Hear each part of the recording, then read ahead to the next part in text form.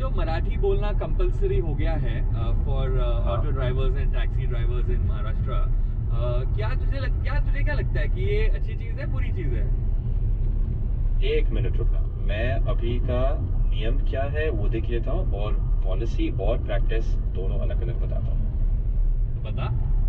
हाँ, मेरी राय में बुनियादी मराठी आनी चाहिए अगर आप लोकल पब्लिक फेसिंग जॉब में हो। मुझे इसमें गलत कुछ नहीं लगता, लेकिन मैं एक लाइन खींचूंगा, जबरदस्ती नहीं होनी चाहिए। अगर कोई बंदा 15-20 साल से ईमानदारी से गाड़ी चला रहा है और अचानक सिर्फ भाषा के चक्कर में उसकी रोजी रोटी खतरे में पड़ जाए तो वो थोड़ा कठोर लगेगा। बेहतर ये है कि बट 15-20 साल से चला रहे तो थोड़ा बहुत तो खुद ही सीख गया रहेगा ना, ऐसा भी तो हो सकता है। हाँ, बिल्कुल हो सकता है। बहुत लोग वैसे भी करते हैं और वही सही भी लगता है। लोकल भाषा का बेसिक सम्मान करो, थोड़ा बहुत सीख लो, लेकिन यही मत करो कि तुमने 15-20 साल काम किया और अचानक कोई नियम आ गया और बस सब कुछ बदल जाए। बट देख, मेरे को लगता है कि जाऊदिया साहेब इतना मराठी तो सबको आता है। हाँ, जाऊदिया तो सबको आता है, लेकिन फिर भी कुछ लोग जो शहर में सालों से काम कर रहे हैं उनके लिए जबरदस्ती करना सही नहीं है। नए आने वालों के लिए एक्सपेक्टेशंस क्लियर हो, समय दो सीखने का और प्रैक्टिकल लेवल रखो। फ्लुएंसी जैसे समय तो बहुत जरूरी है, ये तो मैं भी मानता हूँ। बट आई थिंक काफी समय हो गया, क्योंकि उन्होंने आई थिंक अप्रैल मई से ये लागू होने वाला था, अभी अगस्त चल रहा है। तो उसके बाद में उन्होंने मतलब काफी आई थिंक गवर्नमेंट ने ट्रेनिंग सेंटर्स और ये सब काफी रखे हैं इसमें। तो आई थिंक इनफ उनको ट्रेनिंग भी मिल रही है और कॉन्वर्सेशनल मराठी उनको सिखा रहे हैं कि बसूया, मी नाही जाणार तिकडे, ये सब बेसिक चीजें कि मैं यहाँ नहीं जाऊंगा वहां नहीं जाऊंगा, ये सब बेसिक चीजें सिखा रहे हैं उन लोगों को। तो इतना तो सीख सकता है ना कोई भी। बेसिक चीजें तो कोई भी सीख सकता है अगर टाइम और पेशेंस हो तो बिल्कुल।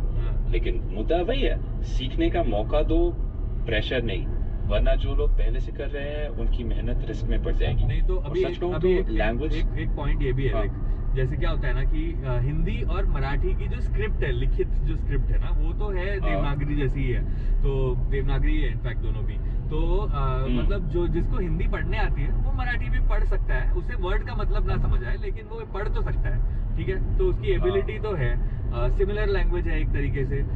इट्स नॉट इतना टफ, जैसे मतलब जैसे साउथ इंडियन लैंग्वेज बहुत टफ हो जाती है किसी नॉर्थ इंडियन पर्सन के लिए अचानक से साउथ इंडियन में, कन्नड़ में या तमिल में सीखना। बट वो भी सीख सकते हैं लॉन्ग टाइम में, मतलब 6 महीने में तो कोई भी थोड़ा बहुत सीख सकता है। लेकिन मराठी तो आई थिंक थोड़ा ज्यादा इजियर होना चाहिए ना सबके लिए। एक सेकंड मैं सोचता हूँ।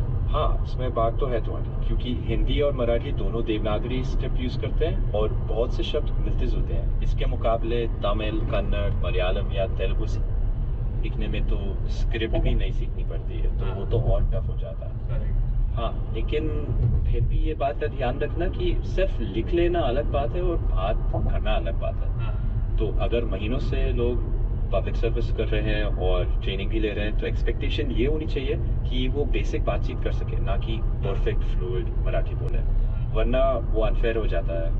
वो तो है। तो यू आर सेइंग कि बैलेंस है ये चीज, मतलब थोड़ी बहुत तो आनी भी चाहिए सबको। हाँ, मुझे लगता है कि बैलेंस है, मतलब बेसिक लेवल की बातचीत की मराठी आनी चाहिए अगर आप लोकल सर्विस कर रहे हो। पर इसे जबरदस्ती या कठोर तरीके से नहीं करना चाहिए। पुरानों को समय दो, नए वालों को सीखने का प्रॉपर रास्ता दो, ट्रेनिंग दो। और मुद्दा भाषा का नहीं, इंसानियत का रखो कि किसी की आजीविका पर बेकार का खतरा ना आए। वैसे इस पे तो पॉडकास्ट में मजा आ सकता है बात करने में। क्या किसी राज्य में काम करने के लिए वहाँ की भाषा सीखना नागरिक जिम्मेदारी है या व्यक्तिगत चॉइस? तो मेरा तो मानना यही है कि थोड़ी बहुत कोई भी भाषा सीखनी चाहिए किसी भी जगह पे जाओ तो। जैसे मैं गोवा में रहता था तो मैंने कोंकणी मेरे लिए थोड़ा टफ है क्योंकि it's not my native language या एनीथिंग, बट क्योंकि मुझे मराठी आती थी तो मुझे कोंकणी भी समझने में बहुत टफ नहीं हुआ। इट्स लाइक सिस्टर लैंग्वेजेस ना, मराठी एंड कोंकणी। तो मैंने भी उस टाइम पे आई मीन, और मेरे तो जॉब के लिए कंपलसरी भी नहीं था, बट मैंने भी जस्ट टू फिट इन थोड़ा बहुत ट्राई तो किया था उस टाइम भी। तो एटलीस्ट मैं समझ तो पाता था उन लोग क्या कह रहे हैं। कोंकणी बोल नहीं पाता था, ऑब्वियसली बोलना के लिए प्रैक्टिस लगती है, लेकिन समझने में तो आसान हो रहा था मेरे लिए। बिल्कुल, यही तो पॉइंट है ना, थोड़ी बहुत भाषा सीखना हमेशा फायदेमंद होता है। लोकल कल्चर को उससे समझने में मदद मिलती है, लेकिन उससे लाइवलीहुड के लिए कंडीशन मत बनाओ। प्रैक्टिस से फ्लुएंसी आती है, पर रिस्पेक्ट के साथ अपॉर्चुनिटी भी रहनी चाहिए। तुमने खुद कोंकणी थोड़ा बहुत ट्राई किया, वो तो सिर्फ हेल्प ही हुआ, कंपलसरी नहीं था। वही बेस्ट मॉडल है।